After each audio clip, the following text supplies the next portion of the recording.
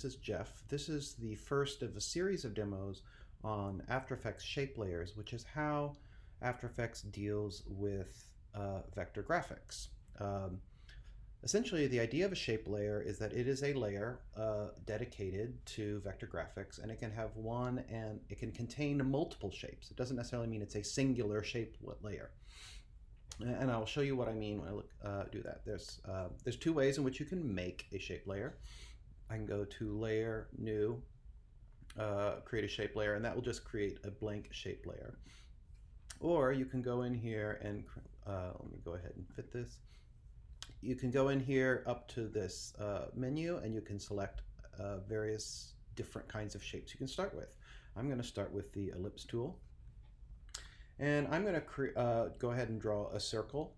If I just kind of draw it by hand, it will be freeform. If I hold down Shift, it will lock proportions. So I'm going to start with just a circle. Now, this object allows you to, you'll see that when you go to the layer, you have contents and transform. You're familiar with transform. I can change where the anchor point is. I can change where the position is.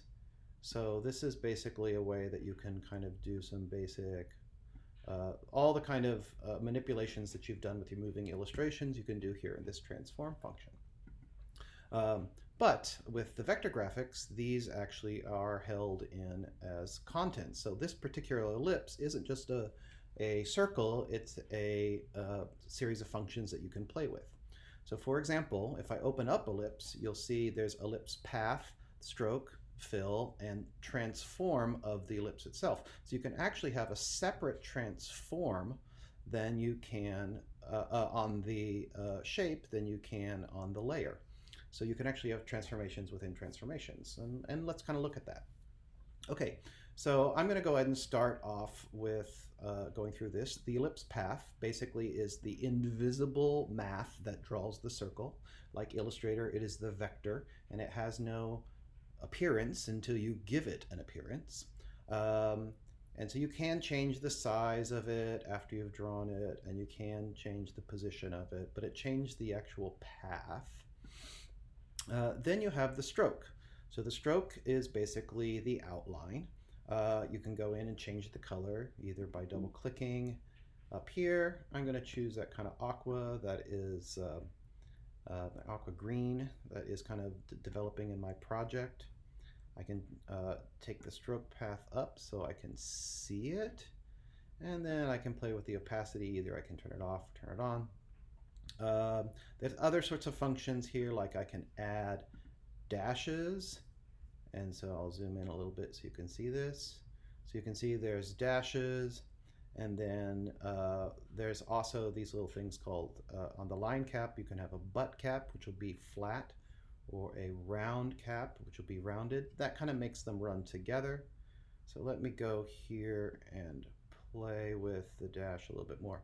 So yeah, so you can kind of see that you can change the stroke in a variety of different ways. I'm going to turn off the dashes here, and that'll just bring us back to a regular circle. Below the stroke, there's fill, and of course you can actually add additional fills, but we'll talk about that in a second here. Again, the same thing is color and opacity, and since I don't really want a fill right now, I can actually just drop this opacity down to 0, or I can just select the fill and delete it so it doesn't actually have a fill. If you think that's a horrible, horrible mistake, you can always go back up to Contents here and add a fill, and that will bring you back another fill. You can drag it back into where it goes. Where it was, and I'll go ahead and make it yellow. But I'm really not planning on using this, so I'll take the opacity back down. Okay, so ellipse with a stroke and fill. There's also transforms to the actual ellipse, but that won't really make a difference until we have at least 2 things on here. So that's the basics of drawing a shape in the shape layer of After Effects.